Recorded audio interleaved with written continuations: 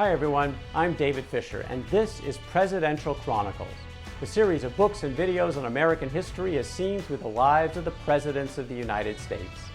This episode is from the life of Thomas Jefferson, and the focus is the Declaration. The year is 1776, it's May, and Jefferson is getting ready to return to the Second Continental Congress in Philadelphia. He had served for a couple of months the previous year, but then he kind of took the winter off while Congress was continuing. He went home to Virginia, but now he's ready to go back. And the war has been going on between the colonies and Britain for about a year, but so far there's been nothing out of Congress to announce any formal separation from the British Crown. Although there's momentum continuing in that direction. The likes of John Adams, Benjamin Franklin continue to push and prod their fellow members of Congress. And then finally a catalytic event occurs in early June of 1776 when Richard Henry Lee, a fellow Virginian, comes forward on behalf of the colony of Virginia and puts independence firmly on the table in the form of a proposal. That proposal is debated extensively in Congress for the month of June. Thomas Jefferson says nary a word because he almost never participates in debates. He hates debates, he hates public confrontation, so he's a quiet observer throughout some of these contentious debates. As Congress agreed, if they were going to declare independence, it had to be unanimous across all of the colonies, and there were still some people who were objecting. In the meantime, Congress also decides, you know what, if we're going to separate, we should declare why. We should justify ourselves to our fellow colonials, to the British, to the entire world. Why are we doing this? And so they formed a committee to write a document to do just that. Adams and Franklin are on the committee, along with Roger Sherman of Connecticut, Robert Livingston of New York, and Thomas Jefferson of Virginia, the lone representative of the South. The first decision they had to make, well, who's going to write the darn thing? And John Adams later claimed credit for putting the pen in the hands of Thomas Jefferson. Adams later recalled telling Jefferson, the reason first, you are a Virginian, and a Virginian ought to appear at the head of this business. Reason second, I am obnoxious and suspected and unpopular. You are very much otherwise. Reason third, you can write 10 times better than I can. Well, Jefferson didn't remember it exactly like that, but in any case, the pen ended up in the hands of Thomas Jefferson. He went off to his lodgings at the corner of 7th and Market Street in Philadelphia to begin crafting his masterpiece.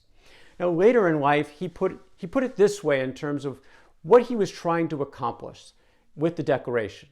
It was to place before mankind the common sense of the subject in terms so plain and firm as to command their assent, and to justify ourselves in the independent stand we are compelled to take. There was some later criticism of Jefferson's work that some of it wasn't maybe original. It was copied from other philosophers of the Enlightenment. Jefferson dismissed these concerns because he said it was not his goal to find out new principles or new arguments never before thought of, neither aiming at originality of principle or sentiment, nor yet copied from any particular and previous writing.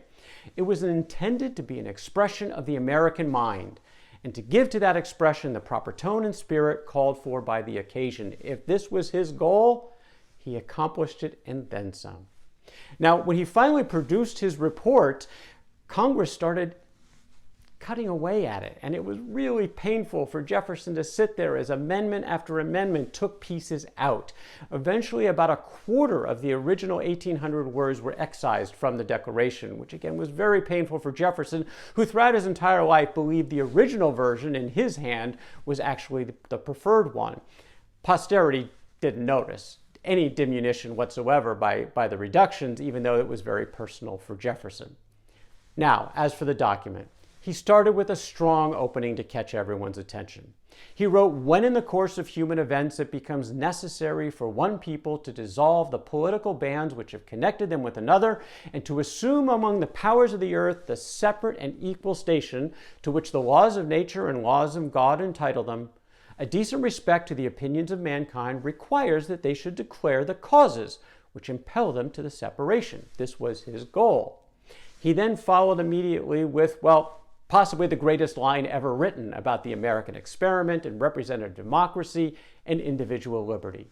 Jefferson boldly wrote that we hold these truths to be self-evident, that all men are created equal, that they are endowed by their Creator with certain unalienable rights, that among these are life, liberty, and the pursuit of happiness. 35 beautiful words that if we wanted to capture the spirit and expression of the American mind, he did it, and those words have stayed with us throughout American history as sort of that clarion call for what the American experiment was all about.